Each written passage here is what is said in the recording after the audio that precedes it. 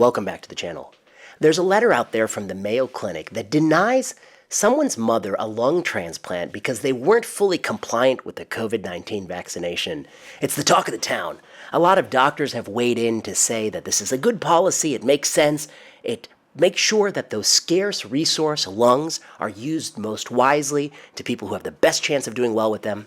But I think that's completely off the mark. They completely missed the point. And mandating the COVID-19 vaccine in 2024 for someone getting a solid organ transplant doesn't make a lot of sense. So let's review the facts. 1. Obviously, people who get an organ transplant are immunosuppressed with a bunch of drugs to prevent them from rejecting that organ, and they're susceptible to a number of infections.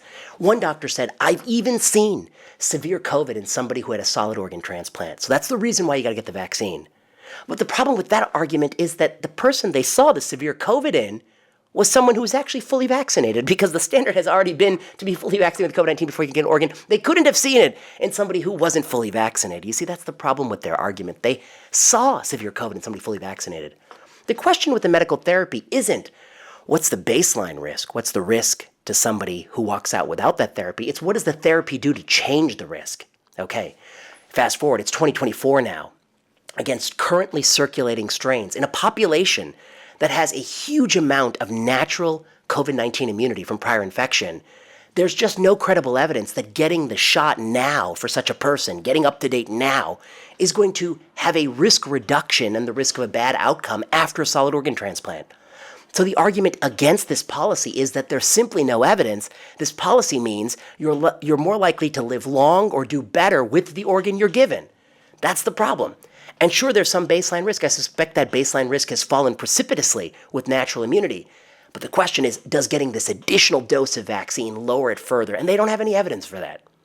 Next up, there's another alternative to vaccination they could look for. They could look for antibody titers to COVID-19 and say, above a certain threshold, whether that's naturally derived antibody titers or whether that's through vaccination, above a certain threshold. I still think that policy is not, strictly speaking, evidence-based, but it doesn't discriminate against people who had COVID and recovered and may not want the vaccine. Now, here's why it's really problematic. It's problematic because it is a type of discrimination. Somebody said to me that hospitals and lung transplant centers, they can create all sorts of obstacles to getting the transplanted organ, whatever they want. It doesn't have to be medically necessary or evidence-based. They can create whatever obstacles they want.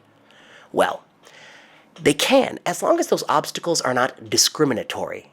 And I would contend that this is a discriminatory policy. Why? Because the rates of COVID-19 vaccination are lower in some races. The rates of COVID-19 vaccination are lower depending on who you vote for. So this policy, which doesn't have a medical basis, is a proxy for race, to some degree, and voting patterns, to some degree. It's a way to punish blacks. It's a way to punish Republicans. And as such, I think it's a problematic policy.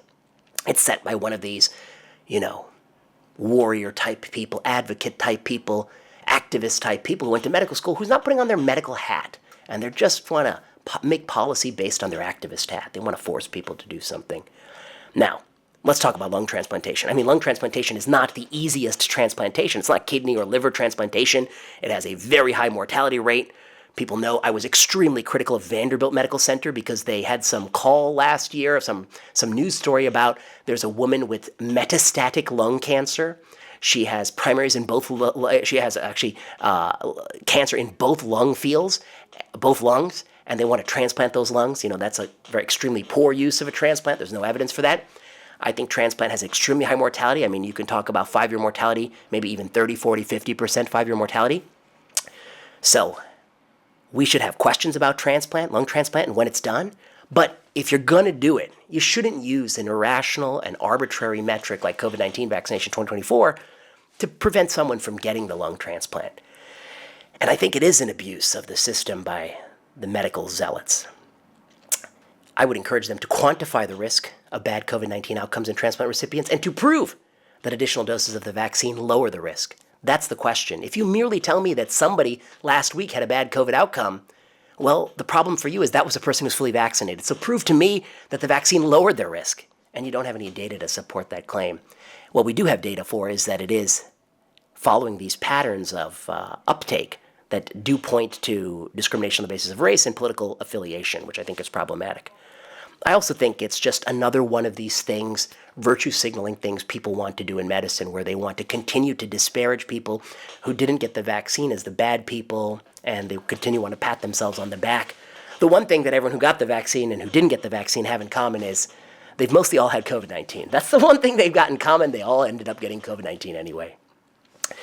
Also, on this topic, I saw a video recently where Anthony Fauci finally admits that COVID-19 vaccination causes myocarditis in young men. But then he went on to say that it's actually worse, though, if they were to get the virus than it is to get the vaccine. Anthony Fauci, even when he tries to correct the record, he still can't be fully honest. Because the one thing that every young man who got the vaccine and didn't get the vaccine have in common is that they all got COVID-19 anyway. So there's some risk of myocarditis from getting the virus. They all have experienced that risk. But the people who got vaccinated had the additional risk of the vaccine-induced myocarditis. There's way more myocarditis if you've had many, many vaccines and boosters and you're a 20-year-old man, and then you get COVID, than if you had just gotten COVID right off the bat. So Anthony Fauci, misleading statement. I also see that the NIH, the FOIA lady, the lady in charge of the Freedom of Information Act request at the NIH, is pleading the Fifth Amendment in front of the House committee. That's extremely problematic. If the news media were doing their job, they would be covering why this lady is pleading the Fifth Amendment.